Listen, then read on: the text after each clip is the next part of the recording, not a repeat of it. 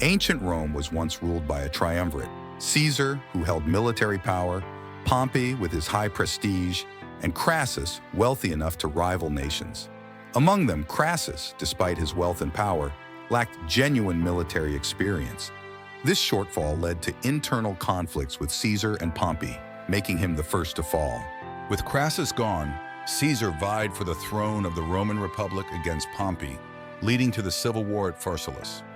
Caesar's victory with fewer troops marked the end of the triumvirate era, making him the supreme ruler of the Republic. Pompey fled to Egypt seeking asylum but was unexpectedly killed by the Egyptian royal soldiers. The Egyptians offered Pompey's head to Caesar as a gesture of goodwill, recognizing the change in Rome's leadership. This offering was made by Pharaoh Ptolemy III. As the last dynasty in ancient Egyptian history, Egypt was still immensely wealthy. However, Pharaoh Ptolemy III was troubled by one issue: the power struggle over the throne with his sister Cleopatra VII, known as the Queen of Egypt. They were both siblings and spouses, arranged by the previous pharaoh to rule Egypt together. Diverging political views led to escalating conflicts between Pharaoh Ptolemy III and Cleopatra, eventually becoming irreconcilable. Ptolemy III hoped to use Pompey's body to gain Caesar's support for his reign in Egypt. But this act completely tarnished Ptolemy III's image in Caesar's eyes. Caesar valued the honor of Pompey dying in battle, not being manipulated posthumously. That night, a servant claiming to be Cleopatra's found Caesar and offered him a gift. Unrolling a carpet, out tumbled a stunning woman. Cleopatra herself presented as a gift to Caesar, the ruler of Rome. Cleopatra, aiming to counterbalance her brother's power in Egypt, made a grand gesture of presenting herself to Caesar to win his favor, and by extension, Rome's support. Her objective was clear: to seduce Caesar. However, her approach was full of subtlety, far from a straightforward seduction, which Caesar would likely disdain. Cleopatra didn't take the usual route. She started by pointing out flaws in Caesar's military maps and proposed a win-win strategy. Caesar, always on campaigns, needed continuous supplies of money and provisions, something resource-rich Egypt could provide. This was something the current Egyptian ruler, the miserly Ptolemy III, couldn't offer. Supporting Cleopatra became an irresistible option for Caesar. Faced with the loss of Roman support, Ptolemy XIII decided to confront Caesar, hoping for a decisive battle.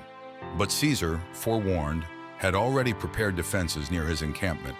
With superior Roman military equipment, Ptolemy XIII faced defeat in his own land. Caesar then eliminated Ptolemy III's close associates, exiled the pharaoh, and elevated Cleopatra to the throne. Unexpectedly, this battle led Caesar and Cleopatra to become a couple, with Caesar having stayed away from Rome for a long time. Soon, Cleopatra was pregnant with Caesar's child. Given Caesar's wife's infertility, this child was especially precious. Cleopatra had her own clever plan to mold this child into a prince of both Egypt and Rome. After the child's birth, Caesar publicly embraced the infant, signaling his recognition of the child as his sole heir. However, without a formal marital status with Cleopatra, their child faced strong rejection from the Roman Senate. With unrest brewing in Rome, Caesar had no choice but to leave his lover and return to his country. But Caesar's journey from Egypt to Rome was not just a homecoming. He also claimed victories in battles along the way. Upon his return, the Senate's gossip about him subsided, and he was even bestowed a lifetime honorific title. Meanwhile, Cleopatra, hearing the news, planned to attend Caesar's conferment ceremony, knowing it was an ideal opportunity to establish credibility for her son, Caesarion, in front of a massive audience. On the day of the ceremony, the square was packed, with crowds spilling beyond the city walls. The most eye-catching presence was Cleopatra's magnificent procession, showcasing the wealth and manpower of the Egyptian dynasty. The highlight was Cleopatra herself, under the Sphinx, clad in golden garments, walking up golden steps. Her bowing gesture not only honored Caesar's name, but also captivated the Roman audience. However, not everyone was pleased. The sight of Caesar's child with Cleopatra troubled many senators, while Antony, Caesar's loyal commander, couldn't take his eyes off Cleopatra. He had never seen such a noble and beautiful woman, feeling a special emotion deep inside. After the ceremony, Cleopatra temporarily stayed in Rome. With Caesar now rightfully with his beloved and emboldened by the conferment, he aspired for absolute power, eyeing kingship. His desire for power clouded his wisdom. Encouraged by Antony and Cleopatra, Caesar demanded the Senate to proclaim him as a sole dictator. The Senate seemingly complied, but the coronation was a trap akin to the banquet at Hong Gate. They distracted Antony, Caesar's close ally, and then collectively stabbed Caesar in the Senate hall, with each person stabbing him once, believing they wouldn't feel guilt, as none thought theirs was the fatal blow. Caesar's dramatic end was a devastating blow to Cleopatra and her child. Realizing the tide had turned against her, Cleopatra, with Antony's protection, returned to Egypt with her son to lay low. She knew Antony was attracted to her, but his allegiance was to unparalleled power. Watching the departing ships, Antony felt reluctant to leave, but understood this was the best course of action under the circumstances. After Caesar's death, Antony began a purge to avenge Caesar and positioned Caesar's adopted son, Octavian, as his successor to temporarily quell the power struggles within Rome's elite. Following a 2-year campaign, Antony, along with Caesar's longtime general, Lepidus, gained increasing respect and authority within the military. Though Octavian was the leader, he was physically weak and lacked significant military achievements. At Octavian's suggestion, Antony, Lepidus, and Octavian formed the second triumvirate to govern Rome together. Seeing Antony's rise to the pinnacle of power, Cleopatra in Egypt could not sit idly by and sailed directly into Roman waters. Antony, seizing the opportunity and playing along with Cleopatra's push and pull tactics, gladly accepted her. Antony thought that with Egypt's national strength behind him, he could stand up to Octavian without fear. However, this played right into Octavian's hands. Although the triumvirate shared power, Octavian harbored the greatest ambition. Antony, a mere warrior in comparison to the cunning Octavian, needed to be removed for Octavian's plans to succeed. Thus, Octavian conceived a ruthless strategy. He decided to marry his sister to Antony. The absence of Cleopatra made Antony feel a void, and when a beautiful woman was presented to him, the lustful Antony could hardly refuse. However, Cleopatra was furious upon hearing the news and immediately cut off the grain supply to Rome.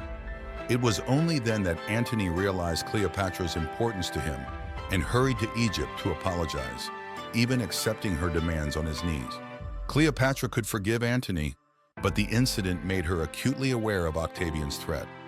Octavian's intent to show Antony as unambitious through this marriage and potentially removing the weakest link, Lepidus, would leave Octavian unchallenged. To protect her son and counteract this, Cleopatra revived her charm offensive, persuading Antony to pledge his territories and soldiers to Egypt to jointly oppose Octavian. Octavian was delighted to hear of Antony's actions, as Antony had now become a traitor in the eyes of Rome, providing Octavian a just cause for war. Antony, skilled in land battles, carelessly engaged in a naval battle with Octavian, underestimating him due to his frailty. Antony's forces comprised 500 ships and over 20,000 soldiers, while Octavian had only 400 ships and less than 20,000 troops. Antony, with Egyptian warships superior in attack power and size to Roman ships, abandoned usual tactics and ordered a direct assault on Octavian's flagship. After bridging the gap to Octavian's ship, Antony believed he was halfway to victory, shouting for Octavian to face his death.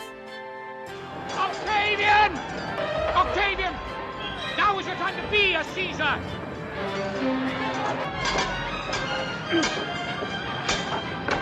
Where's he hiding? My lord Octavian is not on board. Octavian's naval commander was overjoyed by Antony's move, having planned to trap and defeat him. Now we close the trap. Now we hit my lord Antony with everything we have. Antony fell for a deception, leading to the near annihilation of the Egyptian fleet. Surrounded by Roman ships, Antony stood no chance of victory. Witnessing her forces' destruction, Cleopatra realized that Antony might have already perished at sea and ordered her ships to retreat back to Egypt. But what she didn't know was that Antony, though defeated, was still fighting valiantly on the front lines. Seeing Cleopatra's ships departing, Antony abandoned his soldiers and desperately pursued her in a small boat. Upon reaching her, he realized he was too disgraced to face anyone again. After this battle, Antony was deeply demoralized, unable to pull himself together. With Octavian's forces approaching, Cleopatra knew Egypt stood no chance against Rome's might. Yet when offered peace, she sharply refused, as the terms demanded Antony's execution. In this moment of truth, Cleopatra chose to stand by her lover, refusing to betray Antony, even at the cost of her own life. On one hand, she had the pride of a sovereign. On the other, she knew there were no free meals, understanding that any peace with Octavian would eventually lead to her downfall. Her only goal now was to awaken the disheartened Antony, preferring to die in battle than live in disgrace. He's left with his army, Rufio, my son, and I. All of Egypt. There is little time.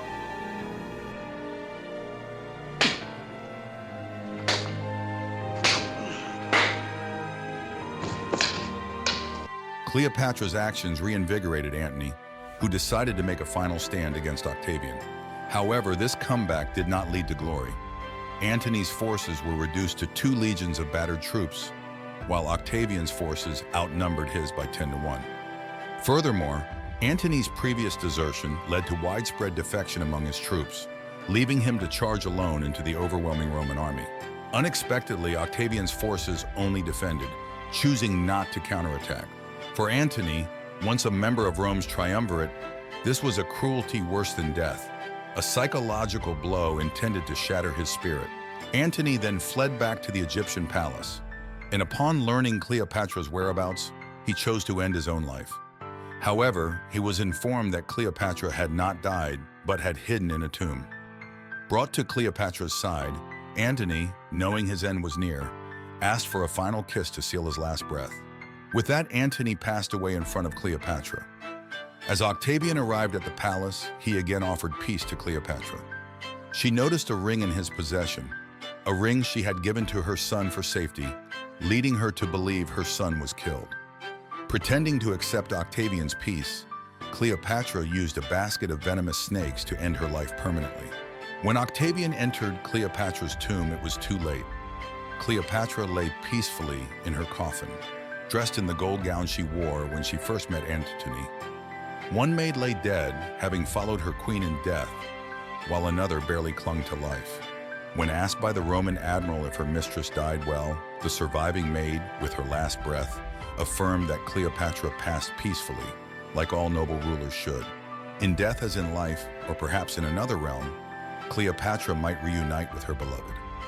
A tale of love and heroism cut short. Beneath that golden veneer lies history's relentless march, leaving behind only the silhouette of a figure whose elegance and grace were unmatched. Don't forget to subscribe to our channel not to miss more exciting new products. Thanks for watching.